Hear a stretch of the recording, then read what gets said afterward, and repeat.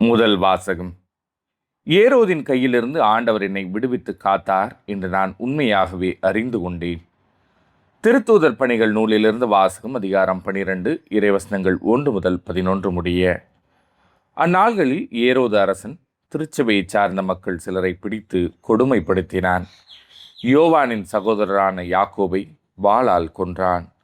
அது யூதருக்கு மகிழ்ச்சி அளித்ததைக் கண்டு அவன் தொடர்ந்து பேதுருவையும் கைது செய்தான்.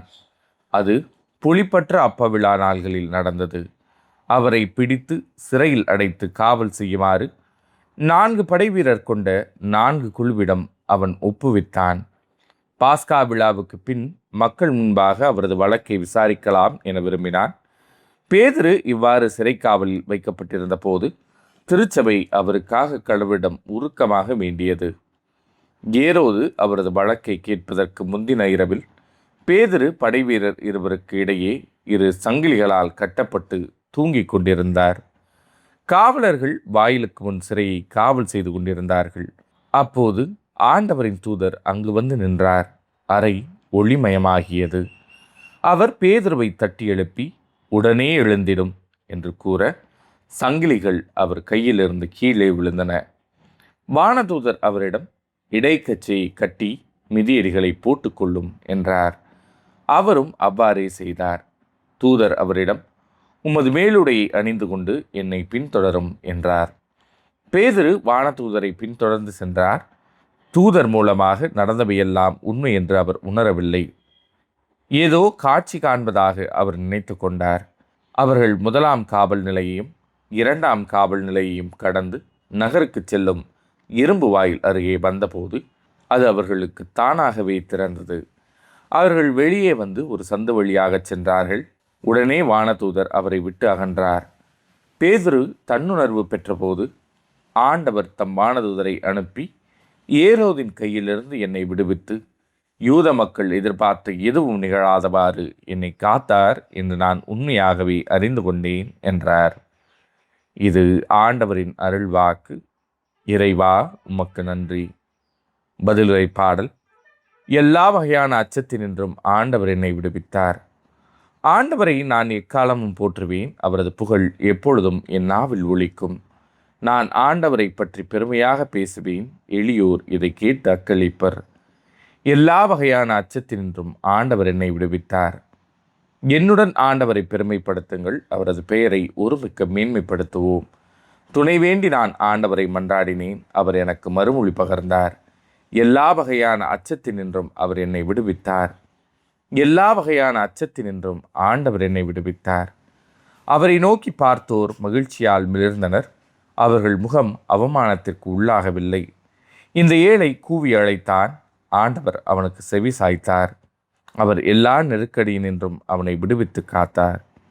எல்லா வகையான அச்சத்தினின்றும் ஆண்டவர் என்னை விடுவித்தார். ஆண்டவருக்கு அஞ்சி வாழ்வோரை அவர்தம் தூதர் சூழ்ந்து நின்று காத்திடுவர். ஆண்டவர் எத்துணை இனியவர் என்று சுவைத்து பாருங்கள். அவரிடம் அடைக்கலம் புகுவோர் பேறு பெற்றோர். எல்லா வகையான அச்சத்தினின்றும் ஆண்டவர் என்னை விடுவித்தார். 2ஆம் வாசகம். இனி எனக்கென வைக்கப்பட்டிருப்பது நேரிய வாழ்வுக்கான வெற்றி வாகையே. திருத்தூதர் பவுல் திமோத்தேயுவுக்கு எழுதிய 2ஆம் திருமுகத்திலிருந்து வாசகம். அதிகாரம் 4, இறைவசனங்கள் 6 முதல் 8 முடிய மற்றும் 17 முதல் 18 முடிய. அன்பிற்குரியவரே, நான் இப்போதே என்னை பழியாக படைக்கிறேன். நான் பிரிந்து செல்ல வேண்டிய நேரம் வந்துவிட்டது. நான் நல்லதொரு போராட்டத்தில் ஈடுபட்டேன். என் ஓட்டத்தை முடித்து விட்டேன். விசுவாசத்தை காத்து கொண்டேன். இது எனக்கென வைக்கப்பட்டிருப்பது நேரிய வாழ்வுக்கான வெற்றி வாகையே. அதை இறுதி நாளில் ஆண்டவர் எனக்கு தருவார். நீதியான அந்த நடுவர் எனக்கு மட்டுமல்ல, அவர் தோன்றுவார் என விரும்பி காத்திருக்கும் அனைவருக்குமே தருவார். நான் அறிவித்த செய்தி நிறைவுற்று அனைத்து நாட்டவரும் அதனை கேட்க வேண்டுமென்று ஆண்டவர் என் பக்கம் நின்று எனக்கு வலுவூட்டினார். சிங்கத்தின் வாயிலிருந்தும் என்னை விடுவித்தார். தீங்கு அனைத்திலிருந்தும் அவர் என்னை விடுவித்து தம் விண்ணரசில் சேர்த்து எனக்கு மீட்பளிப்பார். அவருக்கே என்றென்றும் மாட்சி உரித்தாகுக. ஆமீன். இது ஆண்டவரின் அருள்வாக்கு. இறைவா, உமக்கு நன்றி. நற்செய்திக்கு முன் வாழ்த்தொலி. அல்லேலூயா, அல்லேலூயா. உன் பெயர் பேதுரு. இந்த பாறையின் மேல் என் திருச்சபையை கட்டுவேன். பாதாளத்தின் வாயில்கள் அதன் மேல் வெற்றி கொள்ளா. அல்லேலூயா. நற்செய்தி வாசகம். உன் பெயர் பேதுரு, விண்ணரசின் திறவுகோல்களை நான் உன்னிடம் தருவேன். மத்தேயு எழுதிய தூய நற்செய்தியிலிருந்து வாசகம். அதிகாரம் 16, இறை வசனங்கள் 13 முதல் 19 முடிய. அக்காலத்தில் இயேசு பிலிப்பு செசரியா பகுதிக்கு சென்றார். அவர் தம் சீடரை நோக்கி, மானிடமகன் யார் என்று மக்கள் சொல்கிறார்கள் என்று கேட்டார்.